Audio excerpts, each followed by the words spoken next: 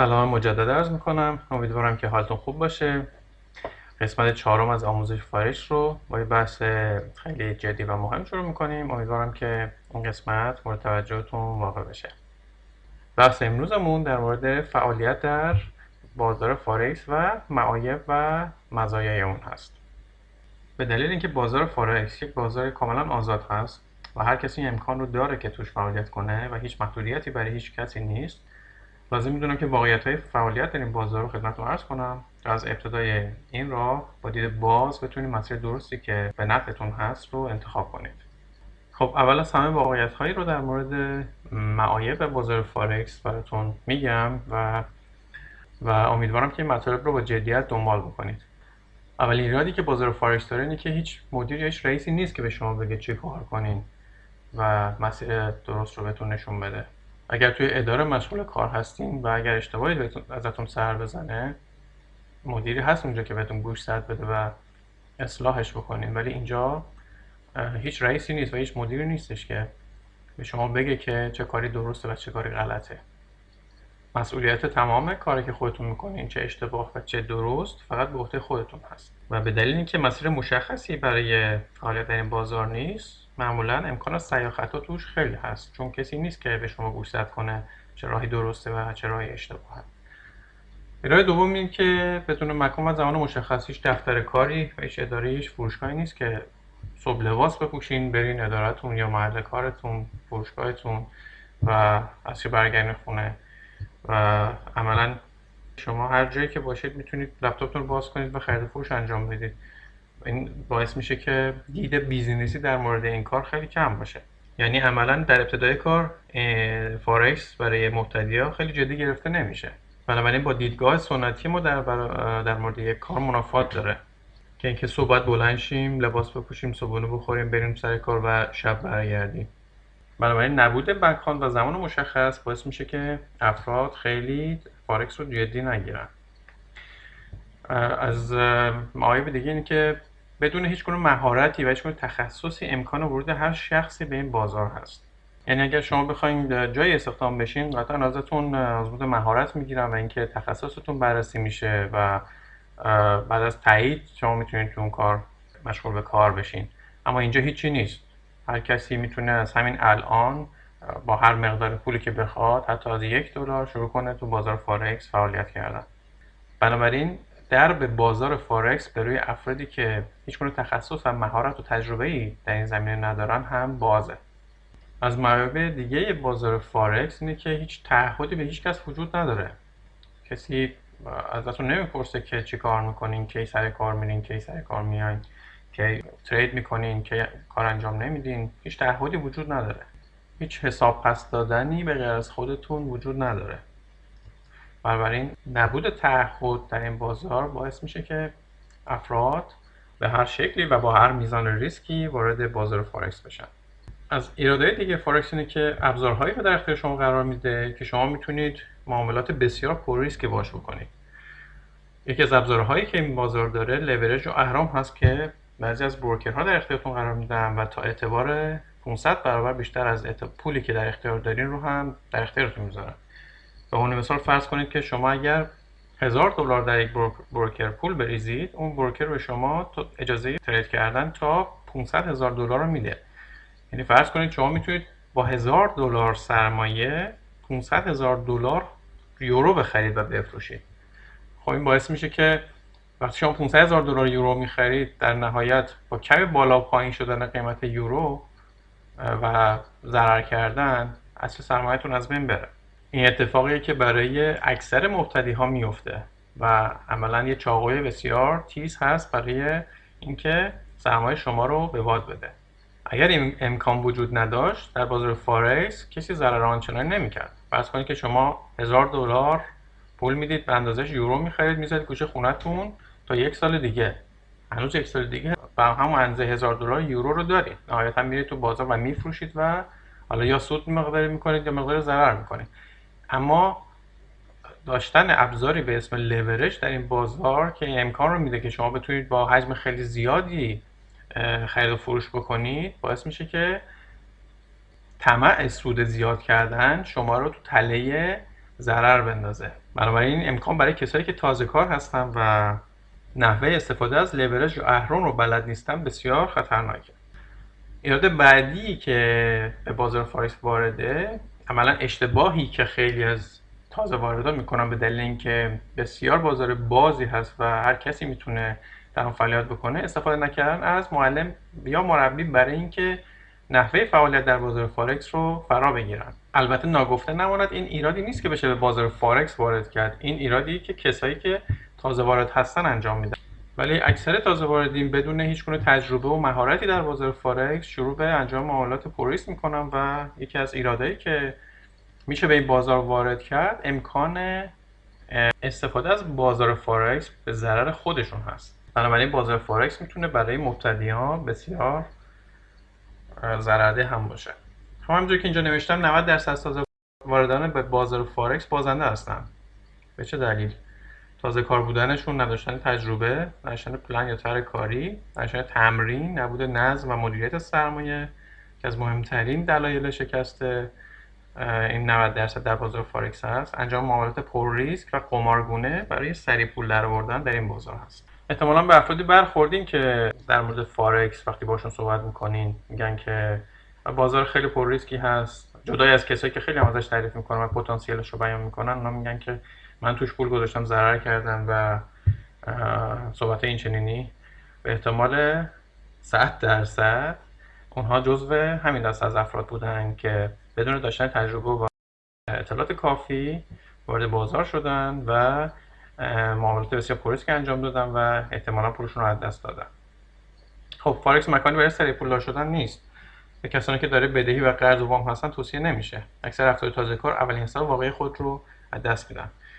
دونستن واقعیت‌ها برای شما الزامیه، به این دلیل که شما باید با چشم باز در این بازار فعالیت کنید. باید خیلی از واقعیت‌ها رو بدونید. هیچ در واقع سبز اینجا وجود نداره. مسئولیت همه چیز به عهده خودتون هست. اگر پول در بیاد هیچ کس به شما جایزه نمیده. و اگر هم شکست بخورید هیچ کس شما رو سرزنش نمیکنه. حتی ممکنه یه اتفاق بیفته معمولا از طرف خانواده. ولی دلایلش اینایی هست که خدمتتون عرض کردم. خب معایبش رو گفتیم، حالا میریم سراغ مزایاش، ببینیم مزایای فارکس چی هست. اولین مزیتش، هیچ مدیری یا هیچ رئیسی در کار نیست. همون چیزی که توی معایبش هم وجود داشت. این بازار برای کسایی که از مدیر و رئیس خسته شدن بازار ایدئالیه. هیچ کس به شما نمیگه این کارو بکن، اون کارو بکن، سر موقع بیا، سر موقع برو. عملا در این بازار شما خودتون مدیر و رئیس خودتون هستین و تعهد و مسئولیتی نسبت به کسی دیگه ندارین. خب مزایای دیگه‌اش همون چیزیه که تو معایبش هم بود. هیچ مکان و زمان مشخصی وجود نداره. هیچ دفتر کار، اداره، فروشگاه جایی نیست که شما باید به اونجا مراجعه کنین و بتونین این بیزینس رو انجام بدین. چیزی که شما لازم دارین چیزیه که تو مغزتون هست. اطلاعات و تجربه، حتی سرمایه و پول هم نیاز ندارین. سرمایه شما علم شما هست. هر جای دنیا باشین میتونین اون رو انجام بدین. مجبور نیستین اگر میخواین مسافرت بکنین یا به کشور دیگه برین از کارتون استعفا بدین و اونجا دنبال کار دیگه بگردین. اگر علم فارکس رو داشته باشین سرمایه‌تون رو هم با خودتون میبرین. برای ترید کردن تنها چیزی که لازم دارین یه لپتاپه و یه خط اینترنت. حتی اونم نه سرعت بالا. بنابراین شرایط فعالیت در بازار فارکس با بیزنس‌های دیگه متفاوت هست. این امکان رو به شما میده که زمان و مکانتون دست خودتون باشه. کمترین هزینه راه اندازی رو دارین. شما به جز زمانی که میذارین تا بیزنس رو یاد بگیرین و مقدار پولی که بابت اون سرمایه اولیه نیاز دارین برای این فعالیت، هیچ هزینه دیگه‌ای ندارین. شاید هزینه‌ای که نیاز دارین چند تا کتاب باشه و زمانی که خودتون میذارین برای یادگیری. عملاً نسبت به بیزینس‌های دیگه که احتیاج به هزینه‌های بسیار زیادی برای راه اندازی هست، مثل فرض کنید یه فروشگاه می‌خوایم بذارین، اول باید اجارهش بکنین، بعد باید هزینه‌های تعمیر و طراحیش رو متقبل بشین، جنس توش بریزین و خیلی کارهای دیگه که اینا همه جزء هزینه حساب میشه. اینجا هر پولی که میذارین توی کار تماماً به عنوان سرمایه اولیه شما حساب میشه. مجددا تکرار میکنم، اون سرمایه اولیه شما سرمایه اصلی شما نیست. سرمایه اصلی شما علمیه که از فارکس به دست میارین و ازش برای پول درآوردن استفاده میکنین. من ازتون میخوام که یادگیری در فارکس رو به دید یک علم در نظر بگیرین، نه فقط صرفاً پول درآوردن، اونم به سرعت. شما اگر بخواید برید توی تخصصی مشغول به کار بشین، احتیاج دارید که اون تخصص رو داشته باشین. حداقل برای اینکه بخواید برین معمار بشین باید دوره‌های معماری رو بگذرونین، کلی بابتش هزینه بکنین، کلی زمان بذارین و در نهایت هم هیچ تضمینی نیست که تو اون رشته‌ای که خوندین مشغول به کار بشین و امکان هدر رفتن تمام اون وقت و هزینه ها وجود داره. تازه تعداد زیادی از متخصصین ما هستن که بیکارن یا درآمدهای خیلی ناچیز دارن، ما 500 600 هزار تومان در ماه دارن، بابتش هم خیلی زحمت کشیدن. شما هم در فارکس نیاز دارین که اول این علم رو یاد بگیرین، بعد برین سراغ کسب درآمد از طریق اون. خب عدم وجود تعهد به کسی، اون چیزی که در مورد مدیر گفتم، به هیچ کس متعهد نیستین، فقط به خودتون هستین. اگر باشین زمان و مکان و اختیارتون دست خودتون هست.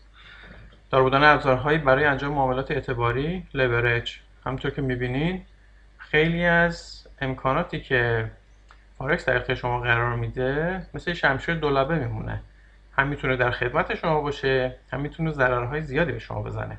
تنها چیزی که شما باید انجام بدین اینه که بدونین چجوری ازشون استفاده کنین. مثلا این ابزار زمانی به کار شما میاد که شاید شما نخواین با $1000 $500,000 اعتبار باز کنین و یورو بخرین، ولی شاید بخواین با $1000 $10,000 یورو بخرین و فرداش بفروشین و اگه بخواین سود خوبی بکنین احتیاج دارین که $9000 اعتبار داشته باشین و میتونین از این ابزار به این شکل استفاده بکنین. بنابراین تفاوت کارایی این ابزارها در سودرسانی یا ضرر در به دست آوردن علم استفاده از اونها هست که به شما کمک میکنه از این شمشیر دولبه به نفع خودتون استفاده بکنید.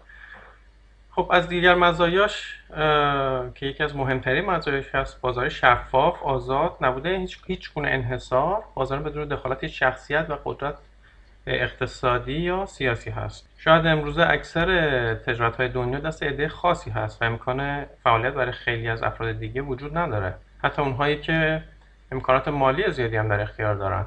اما اگه دنبال بازار شفاف بدون دخالت هیچ انحصاری می‌گردین، فارکس تنها گزینه است. بنابراین از اطلاعات پشت پرده که در خیلی از بیزینس‌ها هست و در اختیار عموم قرار نمیگیره اینجا خبری نیست. همه ابزارها برای انجام یک فعالیت آزاد در اختیار شما قرار داره. اما موفقیت فقط برای کسانی که علم خرید و فروش ارز رو یاد میگیرن بدون استثنا. بنابراین علم فارکس میتونین امکان رو برای شما مهیا بکنه که تا آخر عمرتون فارغ از خیلی از وابستگی‌های مالی و مکانی به خیلی از بیزنس‌های مختلف باشین. اما مهمترین امکانی که در بازار فارکس وجود داره که من براتون توضیح مفصل میدم، امکان انجام معاملات دو طرفه هست. ببینید در بازارهای مختلف شما اگر بخواید سود بکنید باید یک کالایی رو در یک قیمت پایین خریداری بکنید و در یک قیمت بالایی بفروشید. به عنوان مثال من یه مثال آوردم، مثلا بازار بورس یا سهام یا حالا ملک یا هر چیزی که مد نظرتون هست، شما اگر بخواید فرض کنید در ماه ژانویه یک کالایی رو بخرید و در ماه فوریه بفروشید، خب قاعدتا بعد اون رو با قیمت پایینتر خریده باشید و در قیمت بالاتری بفروشید. اگر در طول ماه فوریه و مارس اتفاق نیفته خب شما هم سودی نمیبرید. ولی اگر خرید کرده باشید در این مقطع میتونید از افزایش قیمت سود ببرید. اگر در یک مقطعی به این نتیجه برسید که قیمت قرار پایین بیاد و شما اون ابزار رو در اختیار، اون کالا رو در اختیار دارید، چه اتفاقی خواهد افتاد؟ تو اکثر بازارهایی که نقشه‌بندی خیلی کمی دارن مثل بازار ملک امکان فروش سریع وجود نداره. اگر اون ملک رو داشته باشین شما باید بشینین و آروم آروم از دست رفتن ارزش ملکتون رو ببینین، در صورتی که تقاضایی برای خرید اون ملک وجود نداره. اگر هم هست قیمت خیلی پایین هست و اگر شما این امکان رو داشتید که اگر اون ملک رو داشتید در قیمت بالا میفروختید یا اگر نداشتید به صورت قراردادی اون ملک رو میفروختید، میتونید از نزول قیمت ملک یا حالا اون کالا سود خوبی ببرید. پس میبینید که این بازار یک طرفه هست. شما باید حتما در قیمت پایین بخرید و در قیمت بالا بفروشید. اگر در قیمت بالا بخرید مسلما ضرر خواهید کرد. حالا اگر این امکان بود که شما میتونستید در یک قیمت بالا بر اساس تحلیلی که دارید یک کالایی رو بفروشید، چه اتفاقی میافتاد بدون اینکه اون کالا رو داشته باشید؟ حذفش یکم سخت است، نه؟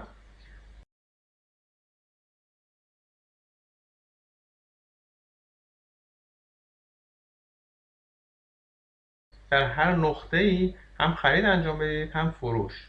اما چجوری؟ به دلیل ماهیت جفت ارزی بودن بازار فارکس این امکان برای شما مهیاست. به عنوان مثال من نموداری براتون گذاشتم، نمودار یورو دلار، نمودار روزانه که نمودار واقعی هست و شما میتونید بالا و پایین شدن قیمت رو در این نمودار ببینید. امیدوارم نمودار کندل استیک یا شمعی ژاپنی که قبلا براتون توضیح دادم خاطرتون باشه و شما میتونید الان اونها رو به صورت واقعی ببینید.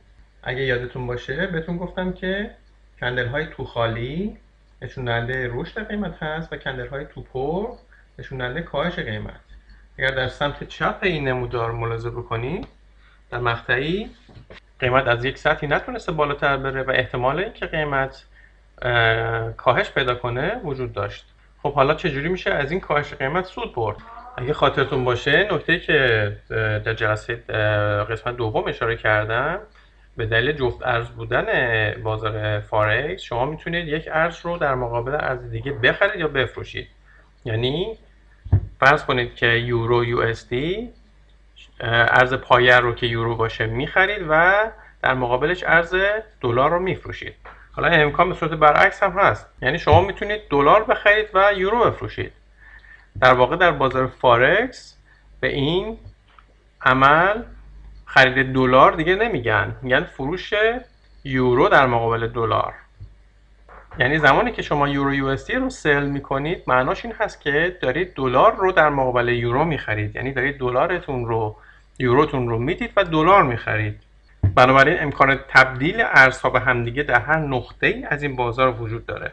فقط باید فراموش نشه که ما چون به صورت جفت ارز کار میکنیم و خرید و فروش به صورت جفت ارز انجام میشه، امکان خرید یا فروش هر ارزی در آن واحد وجود داره و خرید یک جفت ارز به معنای خرید ارز پایه و فروش ارز دوم هست و فروش یک جفت ارز یعنی خرید ارز دوم و فروش ارز پایه.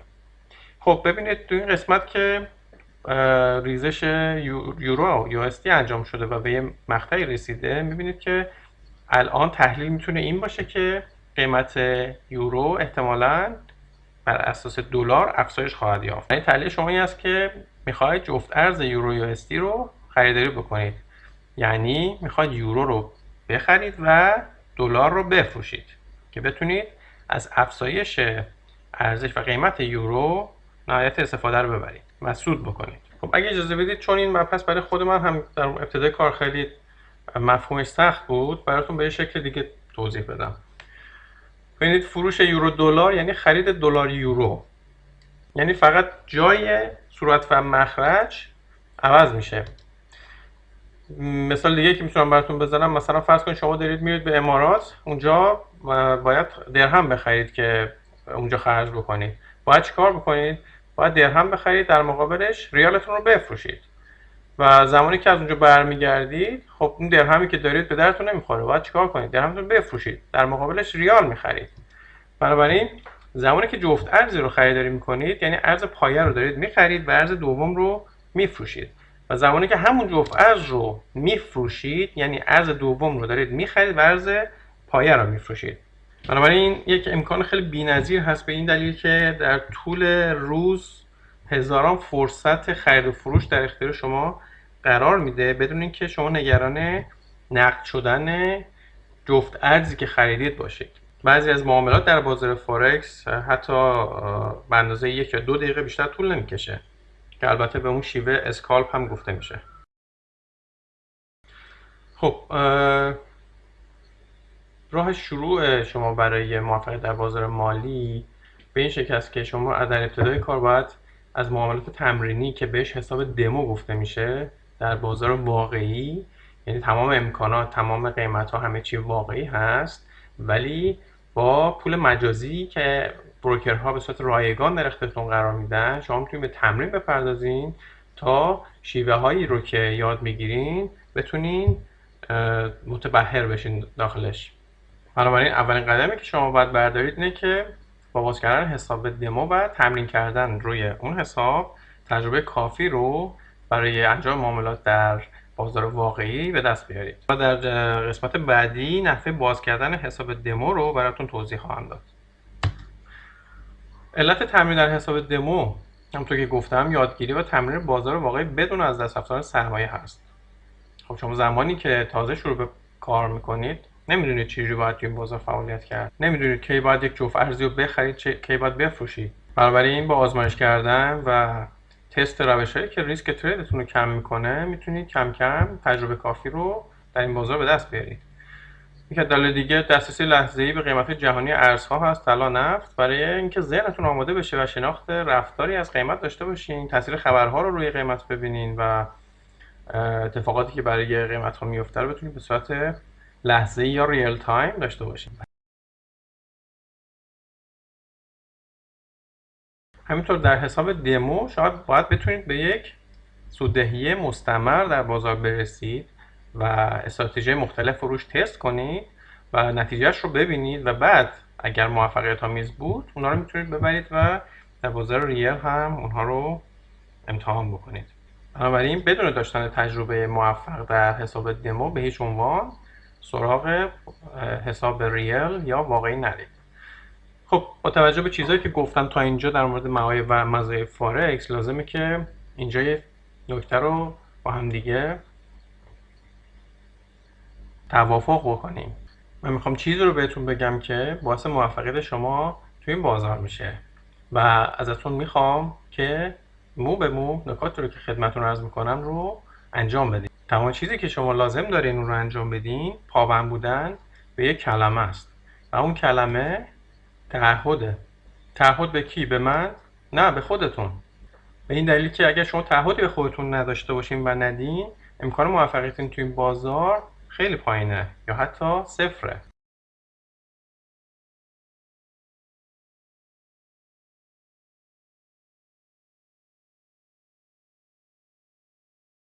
مهمترین چیزی که باعث موفقیت شما توی این بازار میشه گذاشتن قواعد سفت و سختیه که خودتون میذارین و بعد خودتون هم ازش پیروی کنین. فارکس بیزینسی نیستش که با داشتن آشنا یا پارتی بشه از خیلی از موانع گذشت. این بازار کاملا شفافه و هیچ رحمی به کسایی که ازش سر در نمیارن و به خودشون متحد نیستن نمیکنه. اگه باور ندارید از اونایی که تو فارکس پول از دست دادن بپرسید. بنابراین ازتون میخوام که کاری رو که همین الان بهتون میگم انجام بدین. از اون خواهش میکنم که دست راستتون رو بزنین روی قلبتون و با من این جمله رو تکرار بکنین. من به خودم تعهد میدهم، لطفاً با من تکرار بکنید. من به خودم تعهد میدهم تا زمانی که روش قانونمند، مستمر و سودآوری رو در حساب دمو یاد نگرفتم، از باز کردن حساب واقعی و ترید با پول واقعی پرهیز کنم.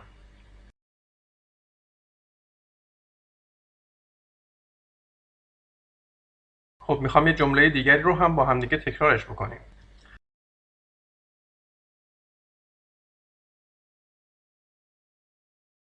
من برای انجام معاملات با صبر و هوشیاری و بر اساس استراتژی عمل خواهم کرد. خیلی ممنونم از همراهیتون. نکات دیگه‌ای که لازم اینجا یادآوری بکنم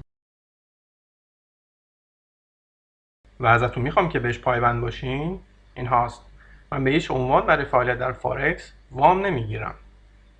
ازتون میخوام که برای به دست آوردن پول از بازار فارکس عجله‌ای نداشته باشین. این فرصت همیشه در اختیارتون هست. شما باید علمش رو اول یاد بگیرین. به هیچ عنوان سراغ وام نرین. اینو بدونین که حتی اگر پول هم نداشته باشین، زمانی که نشون بدین که تو بازار فارکس چه درآمدی رو میتونین داشته باشین، سرمایه‌گذارا به سمتتون سرازیر خواهند شد. اینو بهتون قول میدم. کافیه شما بتونین به یک سوددهی 10% در ماه برسین. بهتون قول میدم که بانک‌های نیویورک شما رو میقاپن. پس بنابراین عجله‌ای برای پول درآوردن سریع از بازار فارکس نداشته باشین. اینو بدونین که سرمایه شما پول شما نیست. سرمایه شما، بازم تکرار میکنم، اون اطلاعات و علمیه که شما دارین برای اینکه معاملات موفق انجام بدین.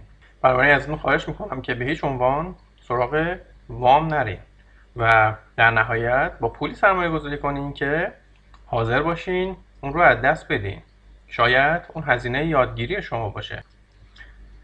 حالا در فارکس طرح یک شب پولدار شدن نیست، یک مهارت هست که فقط با تمرین، تجربه کردن و مرور زمان به دست می آید. من اینجا مثالی براتون میزنم از دو نوع معامله‌گر یا تریدر که تریدرهای حرفه‌ای و تریدرهای تازه کار. تریدرهای حرفه‌ای در ماه تا 30% از میزان سرمایه اولیه سود کسب میکنن. حالا اگر این پول مال خودشون باشه که همش تو جیب خودشونه، اگرم سرمایه گذار داشته باشن درصدی رو نصیب خودش میکنن. ولی در مقابل اون تریدرهای تازه کار خیلی هاشون در روز 100% هم ضرر میکنن، کل حسابشون رو در یک روز از دست میدن. این رو از این نظر بهتون میگم که حتی خود من هم یک روزی جزو همین تریدرهای تازه کار بودم. اگر بازار طلا رو دیده باشین کماکان در حال افزایش قیمت هست، ولی در همین بازار اما خرید طلا در یک روز $8500 از دست دادم و این به این دلیل پیش اومد که تو اون مقطع هیچ کس نبود که اینا رو برام توضیح بده. بنابراین ازتون میخوام که به تعهدی که خودتون به خودتون دادین پایبند باشین اگر میخواین تو این بازار موفق باشین. خب احتمالا فیلم ماتریکس رو دیدین، یکی از زیباترین فیلمایی که تا حالا من دیدم و شاید تا حالا بارها اون رو نگاه کردم. توی قسمت فیلم مورفیوس دو تا قرص به نیو نشون میده، یکی آبی و یکی قرمز. بهش میگه من میتونم واقعیت رو بهت بگم ولی اینجا حق انتخاب داری. میتونی قرص آبی رو انتخاب کنی، صبح مثل هر روز از خواب پا میشی و میری سر کاری که هر روز انجام میدادی و به زندگی گذشته‌ت ادامه میدی. ولی اگه قرص قرمز رو انتخاب کنی بدون که هیچ راه برگشتی نیست. وقتی چشمت به واقعیت باز بشه دیگه نمیتونی برگردی، اما میتونی تمام واقعیت‌های سرزمین عجایب رو ببینی. در واقع بهترین مثالی که من اینجا میتونستم براتون بیارم همین بود. میتونین قرص آبی رو انتخاب کنین و از همینجا برگردیم. دیگه هیچ تعهدی در کار نیست. همین چیز همونطور هست که قبلا بوده. ولی زمانی که قرص قرمز رو انتخاب میکنین باید به تعهدی که به خودتون میدین پایبند باشین. هیچ راه دیگه‌ای برای موفقیت تو بازار فارکس وجود نداره. من شباهت‌هایی رو که بازار فارکس نسبت به بیزنس‌های سنتی یا شغل‌های دیگه‌ای که الان وجود داره براتون بیان بکنم. فارکس مثل یک هواپیمای جت میمونه. میتونه یک سکوی پرتاب برای زندگیتون باشه، چه از نظر مالی چه از نظر ذهنی، به خاطر اینکه کسایی تو فارکس موفقن که بتونن از نظر روانی به خودشون مسلط باشن و پابند به تعهداتی که به خودشون دادن باشن. اما هیچ کس در ابتدای کار نمیتونه با جت پرواز کنه. اول احتیاج هست که پرواز با اون رو یاد بگیره. خب این امکان در اختیارش گذاشته شده توسط شبیه سازای پرواز. حساب دمویی که در اختیار شما هست برای همین هست. شما اگر 100 بار هم سقوط بکنید با اون هواپیما هیچ اتفاقی براتون نمیافته. اینقدر میتونید در موردش مطالعه و تمرین بکنین تا در نهایت یه روز یادش بگیرین. اون زمانه که میتونه به شما خدمت کنه و هر جایی که میخواین ببرتتون، اونم با نهایت سرعت. ولی اگر بدونین چجوری ازش استفاده بکنین. مثال دیگه که براتون میتونم بزنم، فارکس مثل یک حیوان درنده میمونه. اگر ندونین و بلد نباشین علمش رو، سرمایه‌تون رو میخوره. ولی اگه یاد بگیرین و بلد بشین که چجوری ازش استفاده بکنین، مثل یک حیوان دست‌آموز نه تنها ضرری به شما نمیزنه بلکه ازتون حفاظت هم میکنه. فارکس هم همینطور هست. نذارین به یک اسلحه قوی در دست یک کودک تبدیل بشه. منو ببخشید به خاطر تکرار مکررات، ولی به دلیل اینکه چیزهایی که باید تو این قسمت میدونستین از اهمیت خیلی زیادی برخوردار بود، باید اونها رو خیلی شفاف و واضح و با تکرار بهتون میگفتم. امیدوارم که مطالبی که خدمتتون گفتم رو همیشه به خاطر داشته باشین. تا قسمت 5 همه شما رو به خدای بزرگ میسپارم و براتون آرزوی شادی و موفقیت دارم. خدا نگهدار.